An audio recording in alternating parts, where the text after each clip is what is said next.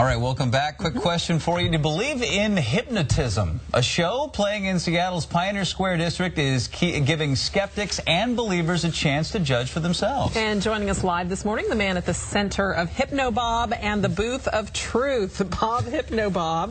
Greenspun. I like HypnoBob. Thank you very much. That's a great It's got a nice ring to it. It really does. I'm glad I'm not a carpenter. Wouldn't work. Can you hypnotize us? Yes, you can. Let's talk about your show. What is the Booth of Truth? The Booth of Truth is it's a booth that it kind of projects shadows from behind it. So when people enter the Booth of Truth, their deepest fantasies, secrets, inhibitions are released, and those images are projected onto the front of the screen. So they're inside, protected inside of the Booth of Truth. Really? Yeah.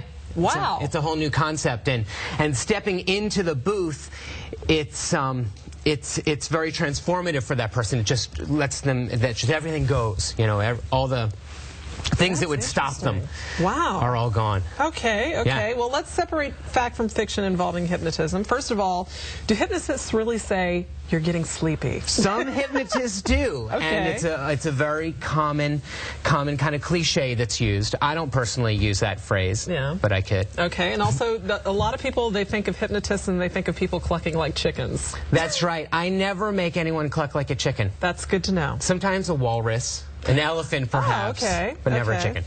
You cannot hypnotize someone who doesn't want to be hypnotized. Is that correct? That's right. Nobody can be hypnotized against their will. You know, I got to admit, when I played baseball years ago, I used to listen to tapes that, that would say, imagine yourself hitting the ball, and it was a form of hypnotism, and so that actually does work. Now, when you are on stage and audience members come up, do they sort of lose control a little bit, or I mean, how does that work with the audience members? You know, we all get hypnotized every single day. If you've ever seen a teenager playing a video game or walked in on a teenager playing a video game, they have no idea that you walked into the room. They are hypnotized by that video game. They have focused concentration to the exclusion of any other stimuli. That's what hypnosis is. Wow. Now, what would you say is probably the most unusual thing that you've been able to make somebody do?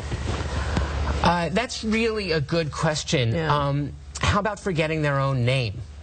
Really? Yeah, that's one of my really big pieces that I do, is I have someone forget their own last name. Oh, wow. That would be kind of maddening. Yeah, well, I bring it back. No, I mean, when you're under it, I can see how that would be really... I mean, and that's really what the funny thing is. You know, the show's really funny and fun to go to, and there's so much to do and see, and to be in it feels really good. But it's amazing to be able to have someone do something like forget their own name. That's amazing. Yeah. You know what you should do is make our viewers forget that there are any other TV channels out there. You must watch Q13 FOX News this morning. Where's my camera? There you go. There. Oh. There's only Q13. There's only Q13. Very good. Wow. I think it worked. We'll look at the ratings and figure it out. HypnoBob Greenspun. Thank you so much for coming on. Well, the I'm show really glad. Thank you. Yeah, you can check out HypnoBob and the Booth of Truth every Saturday through May 26th at the Last Supper Club. That is 124 South Washington Street in Pioneer Square. The show starts at 8. The cover charge $12, and ages 21 and up only. Yeah. Thank you very much for joining us. Well, thank you. Time now to get a check on the weather.